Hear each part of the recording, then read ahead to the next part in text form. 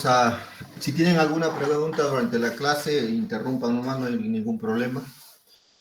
De rato en rato también yo les voy a preguntar al azar. Estén atentos, por favor. Muy bien. El tema de hoy es hidrocefalia. Es un tema que en realidad no ha habido muchos cambios en los últimos años. Los conceptos se mantienen. No ha habido una variación importante. Definimos hidrocefalia como el acúmulo excesivo de líquido cefalorraquídeo en las cavidades ventriculares. Acumulación excesiva de líquido cefalorraquídeo en las cavidades ventriculares. Nosotros sabemos que el líquido cefalorraquídeo es un componente del sistema nervioso central que rodea al cerebro y a la misma. Perdón. Doctor, disculpe, buenas noches. No se está viendo cuando está pasando los PPTs. Tiene que ponerlo ahí sí se ve. A ver, otra vez. Cuando pone pantalla completa, lo cambia. Y no tendría que poner compartir pantalla en el link. ¿Compartir qué? Pantalla completa, esa opción. Definición. Sabemos que el líquido cefalorraquídeo es un componente del sistema nervioso central que rodea al cerebro y la médula espinal y que ofrece un mecanismo de protección al sistema nervioso central. En todo caso, una de sus funciones es absorber toda la carga que impacta sobre el cuerpo humano para que no llegue directamente al sistema nervioso central. Sin embargo, si este líquido se comienza a acumular en forma excesiva, va a dilatar los ventrículos y esa dilatación va a ser una presión sobre los tejidos del cerebro y va a comenzar a lesionarlos, pudiendo dejar secuelas o puede producir la muerte en el paciente. Para entender la fisiopatología, que es lo primero siempre que hay que entender en cualquier enfermedad, si no entendemos la fisiopatología no podemos individualizar los tratamientos.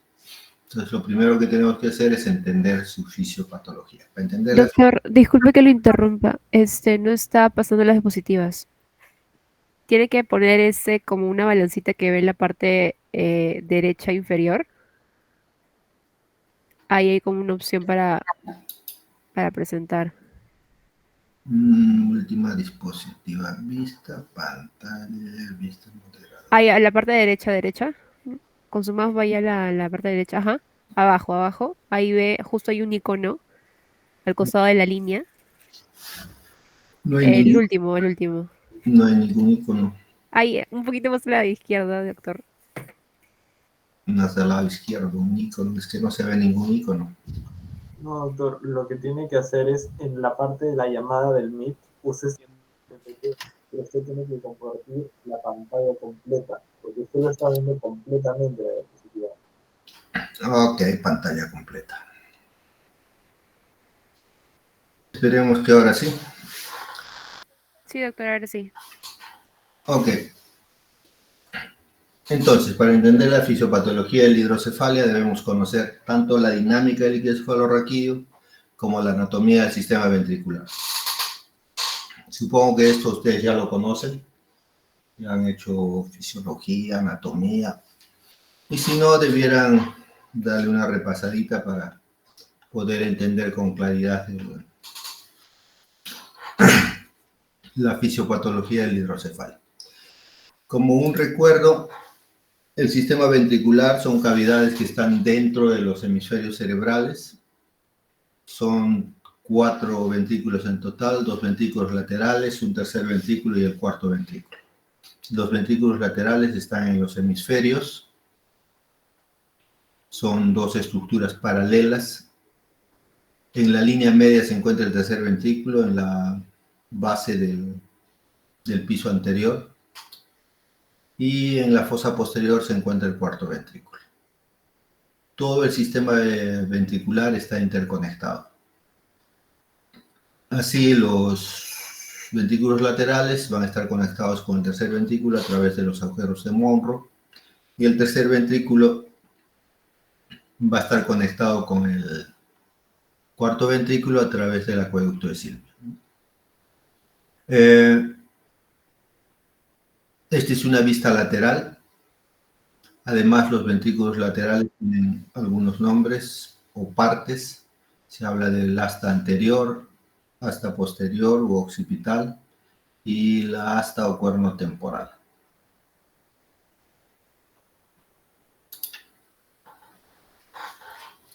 En la vista superior,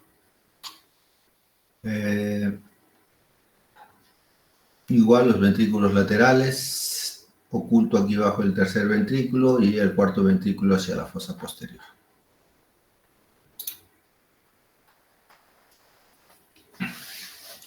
En cuanto al líquido cefalorraquídeo, sabemos que el líquido cefalorraquídeo se produce en los plexos coroideos de los ventrículos cerebrales. La primera característica que hay que tener en cuenta y que es importante es que esta producción se hace a un débito estable, a un gasto estable. Esto quiere decir que siempre se está produciendo la misma cantidad de líquido cefalorraquídeo en cada persona. En promedio son 21 mililitros. Entonces y va a ser siempre la misma cantidad, ya sea niño o adulto, siempre se va a estar produciendo la misma cantidad. O sea, 21, si una persona produce 21 mililitros, toda su vida va a producir eso. Si produce 22, toda la vida va a producir. Entonces, el promedio es 21.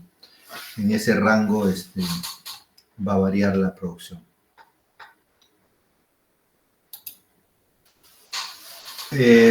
Esta producción no va a estar influenciada por las variaciones fisiológicas de la presión intracerebral.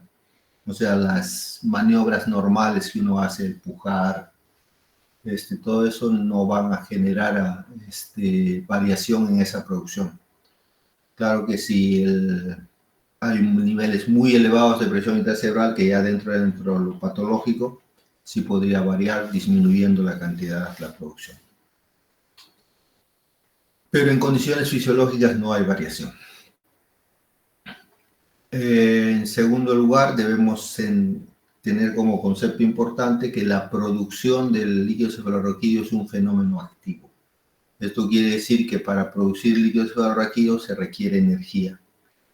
Y entonces, si hace uso de energía, puede ser influenciado por depresores del metabolismo como la acetazolamida y la furosemida. Entonces, primer concepto, un débito estable. Segundo, un fenómeno activo de producción. Una vez que el líquido cefalorraquídeo se produce dentro de los ventrículos, de allí va a circular por los ventrículos, va a pasar a las cisternas de la base, va a pasar al espacio subaracnoideo y de allí se va a ir a los sitios de absorción. Primero dentro de los ventrículos, luego a las cisternas. De las cisternas se va a ir al espacio subaracnoideo y de ahí va a ir a los sitios donde se reabsorbe el líquido. El líquido circula siguiendo el ritmo del corazón, ¿no? Como un flujo pulsátil, ¿no? Un esquema de cómo circula, lo mismo que ya hemos visto. Entonces, luego de circular el líquido cefalorraquídeo se va a los sitios de reabsorción. El líquido cefalorraquídeo se reabsorbe en los senos venosos, ¿no? Los senos venosos son estructuras muy particulares del cerebro. En realidad es el sistema de drenaje de la sangre venosa, y los senos venosos están constituidos por repliegues de dura madre, ¿no? La dura madre hace un repliegue y se forma una cavidad, y por allí circula allí desembocan todas las venas, y por ahí va a circular, lógicamente, sangre venosa. Hacia esos senos es en donde se va a reabsorber el líquido cefalorraquídeo. Y el tercer concepto que debemos tener en cuenta es que la reabsorción es un fenómeno pasivo. Quiere decir que no consume energía. Dicho de otro modo, la producción de líquido cefalorraquídeo es un fenómeno químico y la reabsorción es un fenómeno físico. La reabsorción va a depender de la creación de gradientes de presión entre el espacio subaracnoideo y el seno venoso. O sea, una mayor presión en el espacio subaracnoideo y una menor presión en el seno venoso va a hacer que haya una circulación en ese sentido. Y para esto hay estructuras que facilitan el pasaje del líquido cefalorraquídeo a la sangre venosa, y estas son las vellosidades aracnoideas de Pacchioni, que van a estar repartidas o instaladas a lo largo de todos los grandes senos venosos del cráneo, ¿no? Saben que existen varios senos en el cráneo: seno longitudinal superior, seno recto, seno sigmoideo, y podemos seguir enumerando todos los senos que hay en el cerebro. Ahí es donde se reabsorbe el líquido cefalorraquídeo. Si entendemos esa parte, entonces vamos a podernos explicar cuáles son los mecanismos por los que se produce el líquido cefalorraquídeo. Se trata de hacer una división pedagógica de estos mecanismos. Algunos escaparán de esto, pero la mayoría se dan en estos tres mecanismos. Hay un mecanismo de hiperproducción de líquido cefalorraquídeo. Segundo mecanismo, aumento de la resistencia a la circulación del líquido cefalorraquídeo, que también se puede denominar obstáculo a la circulación del líquido cefalorraquídeo. Y el tercero, aumento de la resistencia a la absorción por aumento de la presión venosa. Teóricamente se dice que también habría falta de absorción debido a inmadurez cerebral, que se daría en los recién nacidos y lactantes, concepto que hasta ahora no ha sido totalmente probado en todo caso, ¿no? Sigue como teoría. Muy bien, desarrollamos los mecanismos de producción de hidrocefalia. El primero es de hiperproducción de líquido cefalorraquídeo. Quiere decir que se produce más líquido del que normalmente se debiera producir, y esto es debido casi exclusivamente a tumores de los plexos coroideos, ¿no?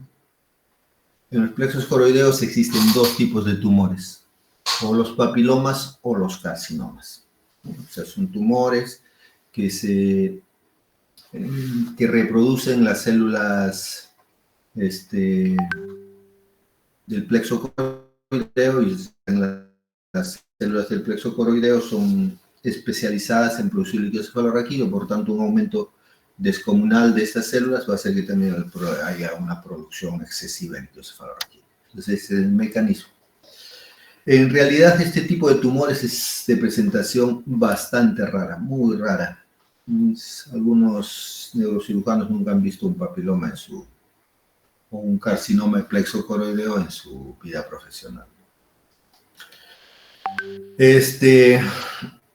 Por lo tanto, también este mecanismo va a ser de presentación bastante rara, ¿no?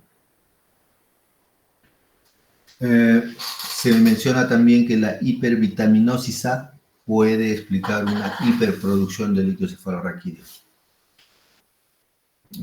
Cosa que también es algo teórico. Yo al menos nunca he visto un caso de hidrocefalia por hipervitaminosis A.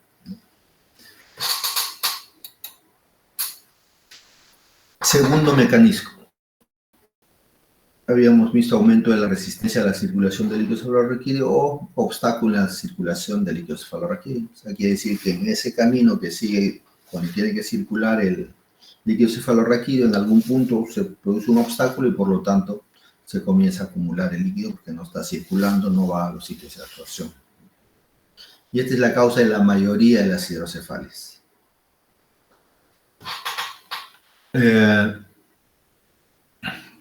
Este tipo de mecanismo divide a las hidrocefalias en dos tipos: hidrocefalias no comunicantes e hidrocefalias comunicantes. Se denomina no comunicante cuando el obstáculo está dentro del ventrículo, y hidrocefalia comunicante cuando el obstáculo está fuera de los ventrículos, ¿no? Habíamos hablado de las cisternas y del espacio subaracnoideo. Entonces, y esto es importante determinarlo con precisión porque va a tener implicancia en la terapéutica de este tipo de patología. Entonces, hidrocefalias por obstáculo en la circulación del líquido cefalorraquídeo se clasifican en no comunicantes y comunicantes. Y el tercer mecanismo, que es aumento en la presión venosa sinusal, ¿no? Por alguna razón aumenta la presión en el seno venoso, y como nosotros hemos explicado, para que se produzca la reabsorción del líquido cefalorraquídeo se necesita un gradiente de presión con mayor presión en el espacio subaracnoideo y presión en el seno venoso. Pero si el seno venoso aumenta su presión, esa gradiente de presión no existe y por lo tanto no va a pasar el líquido cefalorraquídeo. Y se va a acumular y se va a generar hidrocefalia. ¿No? Para que aumente la presión venosa sinusal, la primera causa son las trombosis venosas. Sin embargo, las trombosis venosas cerebrales son bastante raras. Más frecuentes son las trombosis arteriales. Las trombosis venosas pueden estar asociadas, uno, a traumatismo encefalocraniano. No a todos, pero puede estar asociado, y también puede estar asociado a infecciones de la cara, lo que se llama el triángulo de la muerte, lo que es todo el área que está alrededor de la pirámide nasal, ¿no? Eso se le llamaba el triángulo de la muerte. Cuando había una infección ahí, hacía una infección que iba directamente a los órganos venosos y el paciente se moría. Ya no se ve eso por el advenimiento de los antibióticos. Y las trombosis venosas en el traumatismo encefalocraniano sí todavía pues puede. Pero igual este tipo de presentación o de mecanismo también es de presentación bastante rara. Entonces, de los tres, tanto el aumento de la presión venosa sinusal como el de hiperproducción son de presentación rara, y el de obstáculo en la circulación del líquido cefalorraquídeo va a ser el más frecuente, el que casi tiene todas las hidrocefalias.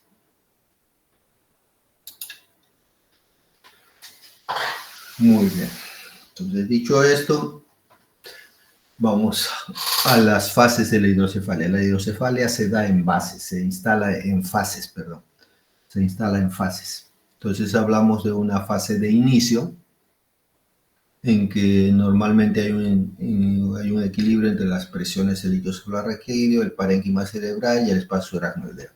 Dicho de otra forma, en la fase de inicio es cuando no hay manifestaciones de hidrocefalia, ningún tipo de manifestación, a pesar de que el líquido ya está en mayor cantidad del que debiera estar.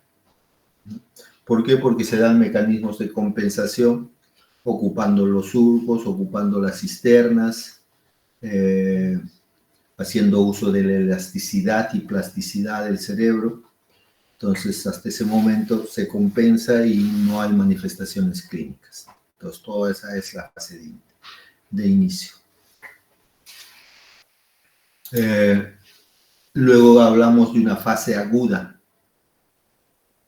en que ya aparecen las manifestaciones. En todo caso, son manifestaciones de hipertensión endocraniana, ¿no? ¿Por qué? Por la presión que se genera en forma radial contra el parénquima. Ya no hay mecanismos de compensación en este momento. La fase aguda es un estado de emergencia que debe resolverse inmediatamente, ¿no? Si no se resuelve, puede producir daños que van a dejar secuelas o va a producir la muerte. Por lo tanto, en la fase aguda se debe actuar como una emergencia. Felizmente, no todas las hidrocefalias en fase aguda van a un periodo terminal.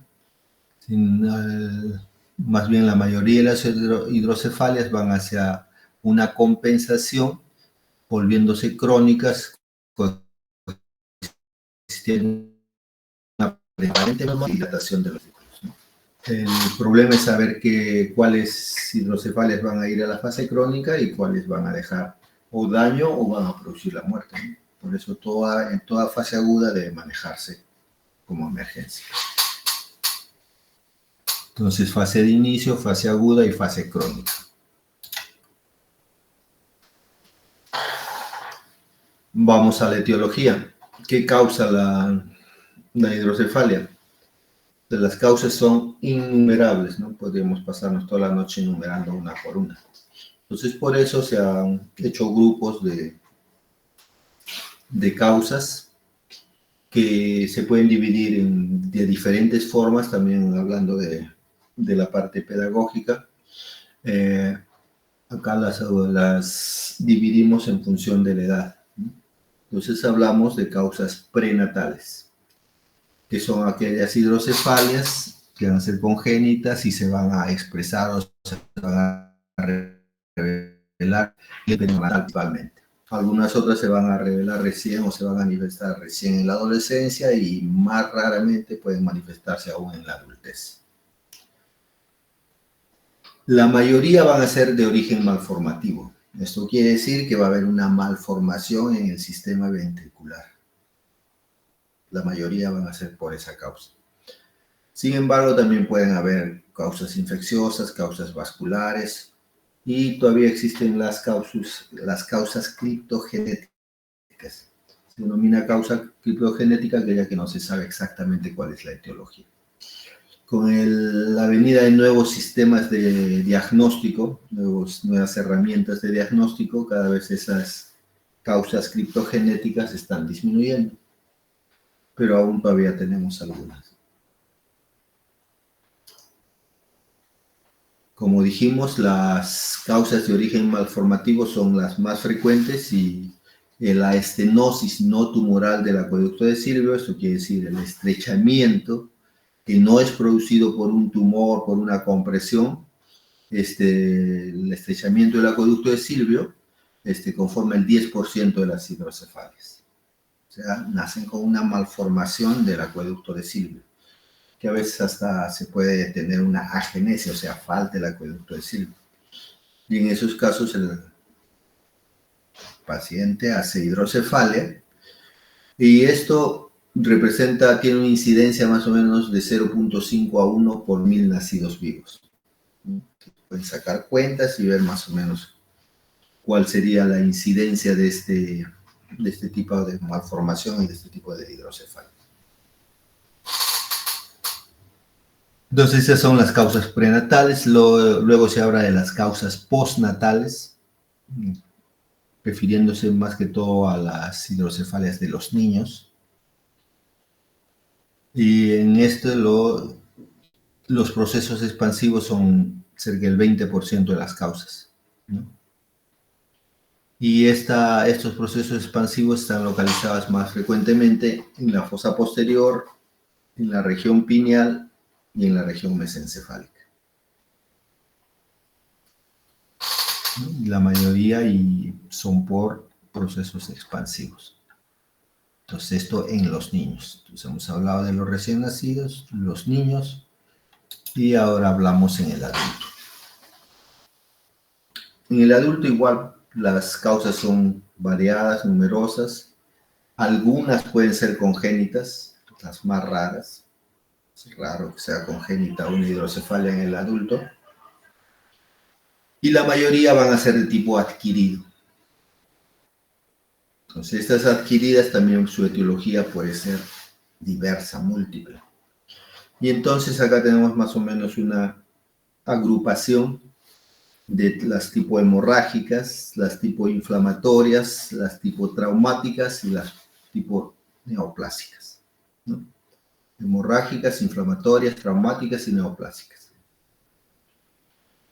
Las hemorragias frecuentemente se dan por la ruptura de un aneurisma intracraneal. Ustedes saben que los aneurismas están en el polígono de Willis, el polígono de Willis está en la base del cráneo, y cuando se rompe un aneurisma sangra el espacio subaracnoideo. Al sangrar el aneurisma, la sangre que sale fuera de las arterias es muy irritante. La sangre dentro de las arterias, dentro de las venas, no produce irritación, pero cuando sale de ahí a los otros tejidos, los irrita, es muy irritante. Y esta irritación hace que la aracnoides se inflame y al inflamarse se adhiera, se pegue. El espacio subaracnoideo es un espacio muy fino por donde está circulando el líquido cefalorraquídeo, pero cuando se inflama se adhiere y ya no va a circular el líquido cefalorraquídeo, se genera una fibrosis ahí y se cierra. Se cierra el espacio subaracnoideo. Y entonces, al no haber espacio subaracnoideo, no circula el líquido cefalorraquídeo, se acumula y forma hidrocefalia.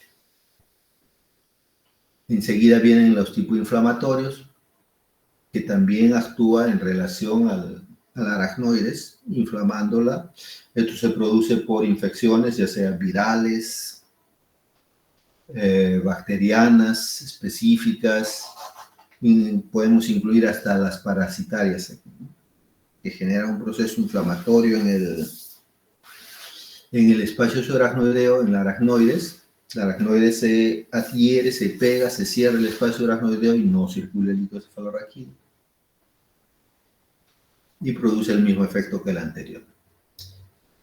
Las traumáticas, se dice que en toda lesión, todo proceso traumático del cráneo, del cerebro, se va a producir algún grado de hemorragia subaracnoidea. La diferencia entre la hemorragia por aneurisma y la hemorragia traumática es que las hemorragias por aneurisma se dan en la base del cerebro y en las traumáticas se ven en la parte más superior, en la calota, en la parte superior del cerebro. Y igual es por cierre del espacio subaracnoideo, por la salida de sangre fuera de los vasos. Entonces, como ven, estos tres tipos, hemorrágicas, inflamatorias, traumáticas, producen el mismo efecto, y estas son las que se denominan hidrocefalias comunicantes.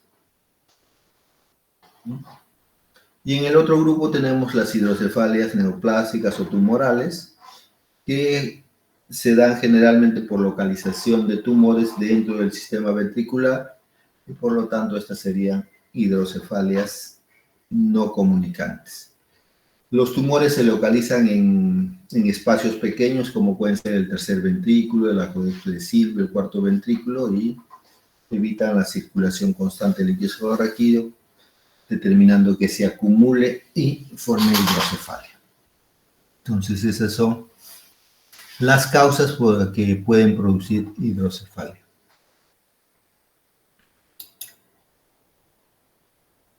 Un tumor de la región mesencefálica que está cerrando, ha desaparecido el tercer ventrículo, el cuarto ventrículo, tampoco hay tercer ventrículo y el ventrículo lateral está bastante crecido, ¿no? Bien. Entonces, conociendo esto, lo que necesitamos saber ahora, cuál es la clínica de este tipo de enfermedad o de patología. En el lactante y recién nacido, la clínica predominante es la macrocefalia. No es el signo más evidente y frecuente del lactante, del recién nacido.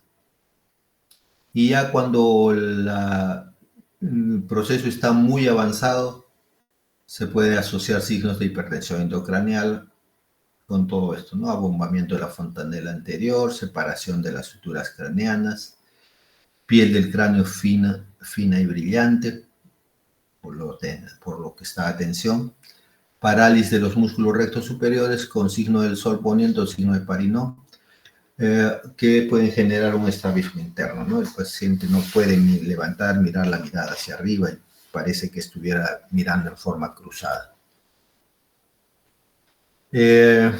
No se encuentra frecuentemente edema papilar, que es un signo de hipertensión intracraneal, pero el nervio óptico puede atrofiarse con facilidad, produciendo disminución de la agudeza visual y puede llegar incluso hasta la amaurosis, ¿no?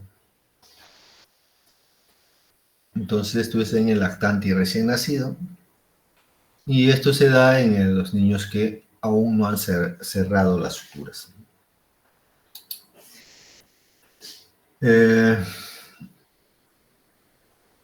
Este niño de acá tiene un meningocele, un mielomeningocele. Estos pacientes luego de operarse del mielomeningocele generalmente van a ser hidrocefalia. Entonces uno opera el mielomeningocele y luego va controlando el perímetro cefálico del paciente, y si sale de las medidas normales, del percentil normal, se asume que tiene hidrocefalia. Lógicamente hay que hacer los controles adecuados, se corrige la hidrocefalia y este niño debiera tener una evolución cerebral normal. Sin embargo, cuando un paciente llega a este estado, a la hipertensión endocraneal, a la macrocefalia, el paciente debe tener hipertensión endocraneal porque está irritable, expresión de cefalea, desnutrido, probablemente porque es un niño vomitador, ¿no? Entonces, este niño tiene una gran presión sobre su parénquima cerebral y no va a llegar a recuperar por más que se corrija ya la hidrocefalia. Entonces, no debe ser la condición en que se debe hacer el diagnóstico de estos pacientes. El diagnóstico debe hacerse bastante temprano. Si entra por la puerta del hospital, el portero va a decir, ese niño tiene hidrocefalia. O sea, hacer diagnóstico de ese tipo ya no tiene sentido. Es importante saber con una medida tan sencilla, se puede determinar si un niño está yendo a la hidrocefalia, ¿no? Con la medida del perímetro cefálico, medida que está considerada dentro del control del niño sano, ¿no? Entonces, apenas sale de un percentil normal, debiera descartarse la posibilidad de hidrocefalia y no esperar a que llegue a una macrocefalia. Bien, eso es en el lactante y recién nacido. En el niño cambia la clínica, el síndrome de hipertensión intracraneal, esa es la manifestación clínica, un síndrome de hipertensión intracraneana en todas las variantes que ustedes conocen, desde la clásica triada de cefalea, náuseas y vómitos y edema de papila, hasta la triada de Cushing, ¿no? Que es un estado post-mortem. Todo eso va a pasar y el paciente puede llegar a la muerte. O sea, las manifestaciones clínicas son muy variadas de acuerdo al estadio y al grado de hipertensión intracraneal. Y en el adulto lo mismo, ¿no? La manifestación es un síndrome de hipertensión intracraneal. Entonces, en todo síndrome de hipertensión intracraneal, como diagnóstico diferencial, se debe tener en consideración la hidrocefalia.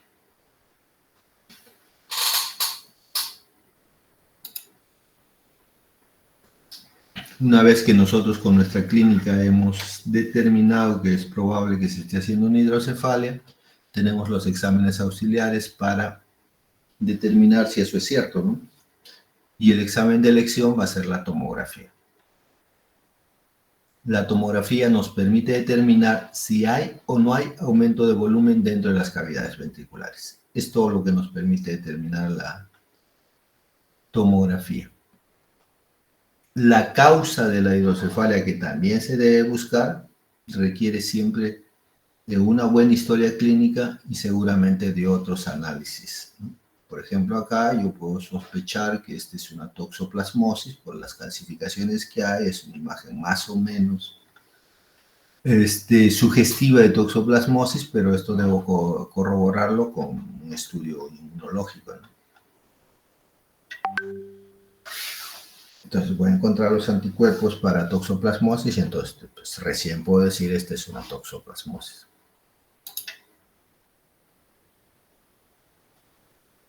O en este caso, que veo una imagen hiperdensa en la fosa posterior.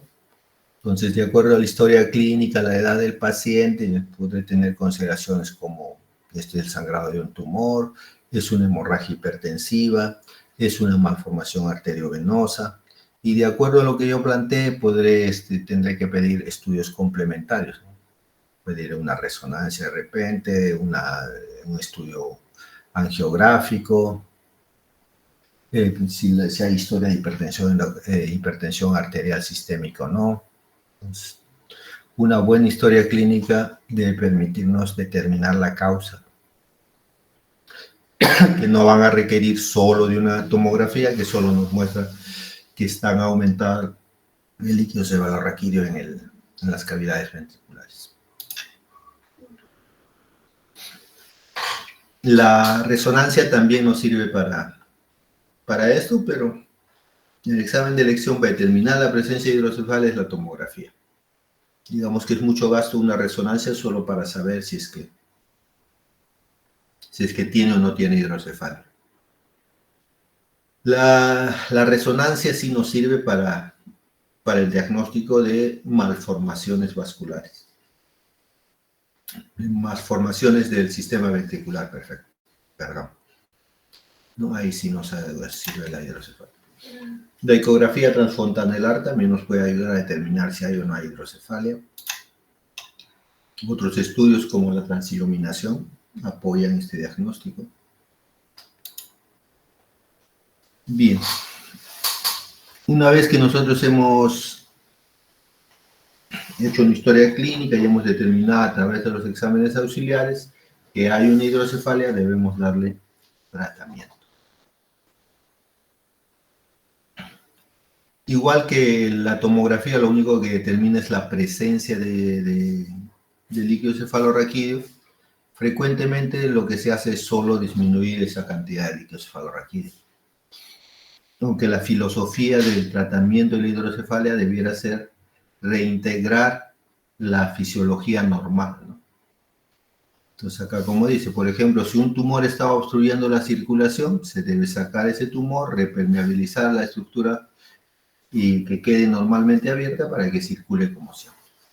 No siempre se puede hacer eso, sobre todo en hidrocefalias de tipo comunicante, en que el daño es bastante difuso y hasta ahora no se tiene ningún mecanismo para repermeabilizar el espacio suprarraquídeo. Pero cuando en lo posible, si se puede, se debe tratar de reconstituir las estructuras normales. Podemos hablar de un tratamiento médico. El tratamiento médico está basado en los inhibidores de la anidrasa carbónica, como son la acetazolamida y la furosemida, porque habíamos dicho que estos inhiben el metabolismo, la cascada del metabolismo que produce energía para producir el líquido cefalorraquídeo. Entonces, si no hay energía no se produce líquido cefalorraquídeo. Pero como ustedes saben, el metabolismo se da en cascadas químicas, que si no funciona una, hay cascadas alternativas. Deja de funcionar una cascada, entonces se produce otra. Entonces eso es lo que se genera acá. Por un momento puede funcionar esto, pero siempre a largo plazo va a ser transitorio y ineficaz este tipo de tratamiento. Y entonces en la práctica el tratamiento es quirúrgico. Una variación del tratamiento quirúrgico podría ser las punciones lumbares. Se puede hacer una evacuación del líquido cefalorraquídeo por punción lumbar. Pero para esto, para que funcione, tienen que ser por hidrocefalias de tipo comunicante.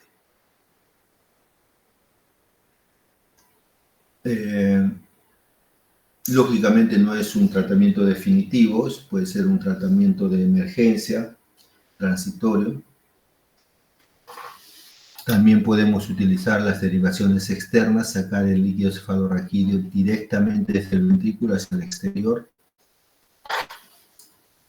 Esta tiene la dificultad de que estamos rompiendo con mucha facilidad la barrera hematoencefálica. Ustedes saben que el cerebro está dentro de una urna, dentro del organismo, muy bien protegida a través de lo que se llama la barrera hematoencefálica.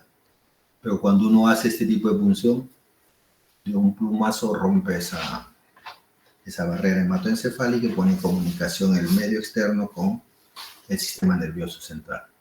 Se considera que uno de estos procedimientos al 5.º día ya potencialmente está infectado. Entonces ya se debe manejar como si fuera una infección. Y también es un tratamiento transitorio, ¿no? No se puede mantener a un paciente con una derivación externa de por vida. Para abordar el ventrículo, los abordajes más frecuentes son el frontal derecho, parieto-occipital derecho. Sin embargo, también se puede abordar por el lado izquierdo, frontal izquierdo, parieto-occipital izquierdo. Esas son las más comunes, ¿no? Se introduce un catéter que va a atravesar el parénquima, siempre va a atravesar el parénquima y va a llegar al ventrículo.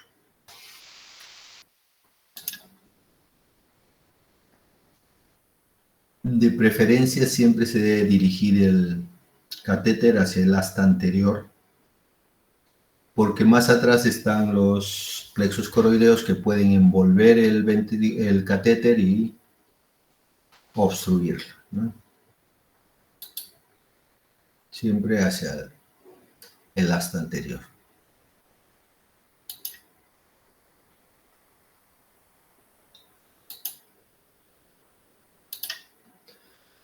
El tratamiento definitivo son lo que se llaman las derivaciones internas.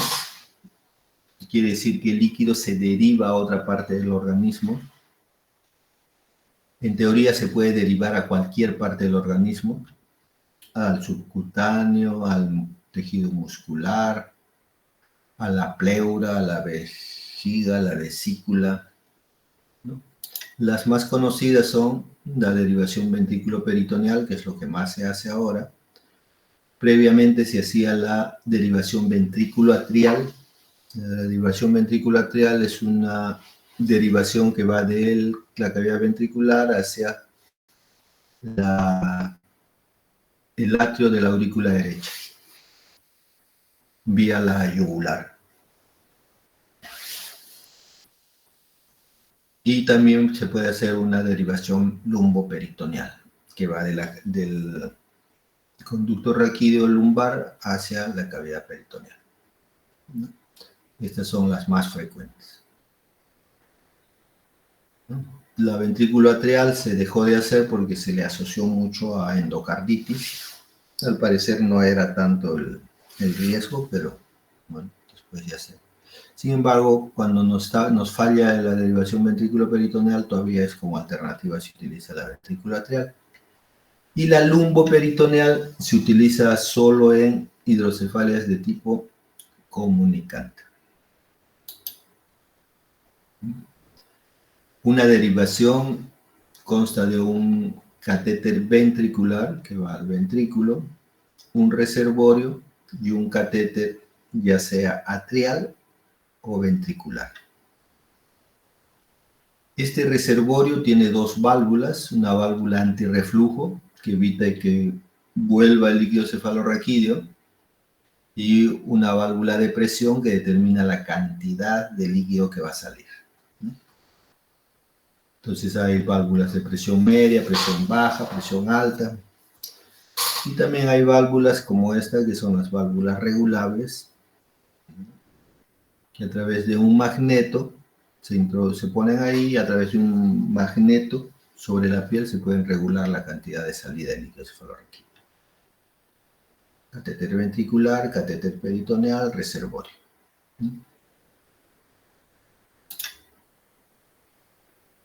La derivación ventrículo-peritoneal va del ventrículo, se va vía subcutánea y luego se introduce la cavidad peritoneal.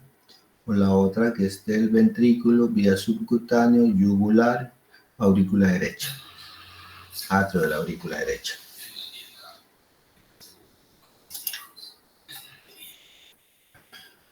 La lumboperitoneal que va de la cavidad raquídea lumbar hacia la cavidad peritoneal.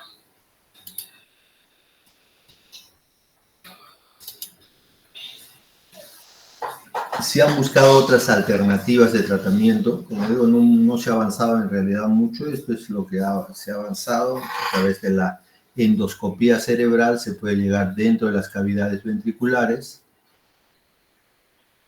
Y tenemos un procedimiento que se llama tercer ventriculocisternostomía, que consiste en romper el piso del tercer ventrículo.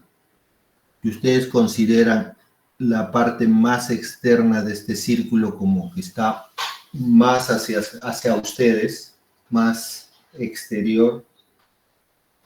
Luego un segundo plano que está más interno, más profundo. Este es el agujero de Monro. Se pasa el agujero de Monro y más profundo lo que se ve es el piso del tercer ventrículo. Entonces con un bipolar o con un catéter, una sonda, se rompe el tercer ventrículo y se hace que salga el líquido cefalorraquídeo por ahí. Este procedimiento, que más o menos esquemáticamente es así, hasta anterior, agujero de Monro, tercer ventrículo, piso del tercer ventrículo, se rompe el tercer ventrículo. Está indicado en hidrocefalias de tipo no comunicante, o sea, cuando la obstrucción está dentro del ventrículo. ¿Por qué? Porque lo que se está buscando es que salga el líquido cefalorraquídeo, se vaya a la cisterna, se vaya por el espacio aracnoideo a los sitios de absorción. Si no, no funciona. Si yo saco el líquido cefalorraquídeo en una hidrocefalia comunicante en el que está todo obstruido el espacio subaracnoideo, no me va a funcionar este tipo de tratamiento.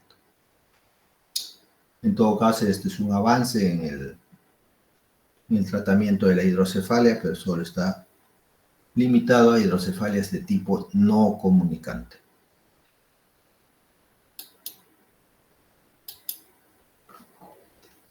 ¿Preguntas? Sí, doctor, tengo una pregunta. Cuando habló de la derivación de las válvulas, de la válvula de presión, que existe de presión media, baja y alta, ¿en qué casos se utiliza cada tipo de presión? Se dice más o menos que el tipo de válvula se determina con la presión de apertura. O sea, cuando uno coloca el catéter por primera vez, debe medir con qué presión sale el líquido cefalorraquídeo. Esa es una de las características que nos va a determinar qué tipo de válvula se va a poner. Sin embargo, casi nunca se hace eso. La otra es al ojo, uno ve que sale una gran presión o ve que no hay mucha presión. Si la presión es demasiada, uno tiene que poner una derivación de presión alta para que no salga mucho líquido. En cambio, si la presión es muy baja, hay que poner una de presión baja para que el líquido salga un poco más rápido. Las de presión baja se usan más en las hidrocefalias ex vacuum, ¿no? Del adulto. Aunque eso no hemos visto en que es otro campo que tiene otra fundamentación. La otra es las regulables, pues como he dicho, uno pone en la presión más alta y poco a poco la va disminuyendo. Y el cuadro clínico también va hablando de eso. Las hidrocefalias más crónicas van a requerir hidrocefalias válvulas de presión baja y las hidrocefalias más agudas de presión media. La de presión alta casi no se usa porque permite poca salida de líquido cefalorraquídeo y no tiene mucho sentido ponerla. Gracias, doctor. Otra pregunta.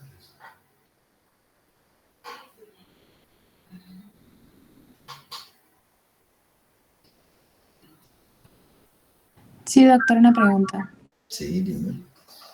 Dijo que para las hidrocefalias no comunicantes sí se puede usar lo de que se rompe el piso del tercer ventrículo, ¿no? Y para las hidrocefalias comunicantes sí se puede usar las derivaciones internas, o sea, es el tratamiento que se usa normalmente, ¿no?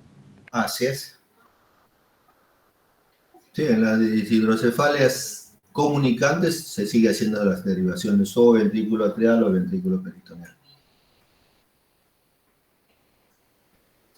En realidad este es un avance. El hecho de tener una válvula muchas veces invalida a las personas. Ya es el operadito, el que tiene la válvula, medio loco, algo de eso. A pesar de que esté el mismo paciente se siente disminuido. El hecho de corregir una hidrocefalia con este sistema de tercer ventrículo cisternostomía, ha sido un avance hasta para ese punto emocional, ¿no? Entonces, le resuelve el problema y el paciente se siente muy bien, no lleva una prótesis. El tener una prótesis, la gente lo califica, mira, tiene su válvula, ya es un estigma.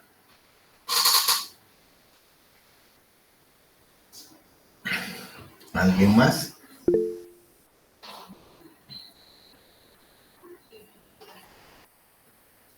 Sí, la acetazolamida sirve para los dos tipos de hidrocefalia. Como he dicho, es muy transitorio ese tratamiento. En 1, 2, 3 días puede funcionar y luego ya no va a funcionar. Y en una emergencia no se puede poner tratamiento y olvidarse, ¿no?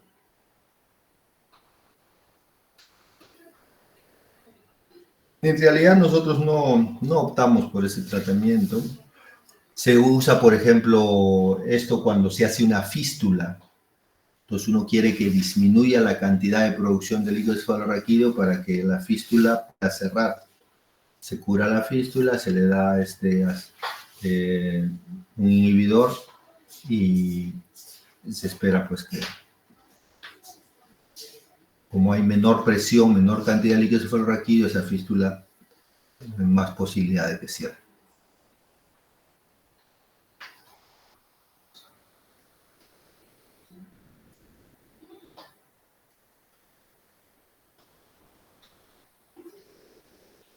¿Cuánto es el diámetro?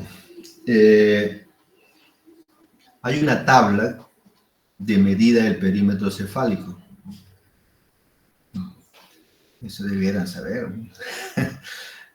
Que se llama, en el que se interpola el peso del paciente y la talla del paciente, ¿no? Entonces, para determinado peso y talla hay una medida con bordes extremos, ¿no? De tal medida a tal medida le corresponde a tal peso y a tal talla. O sea, hay una tabla en la que uno tiene que ir a buscar, medir y buscar el recién nacido creo que son 33 en promedio, ¿no? Entonces, pero hay que ir a buscar en la tabla. Memorizarse la tabla es imposible, ¿no? Depende del peso, la talla. Por eso debe estar en el percentil normal, eso se llama ese rango en que está la medida para determinado peso y talla se llama el percentil normal.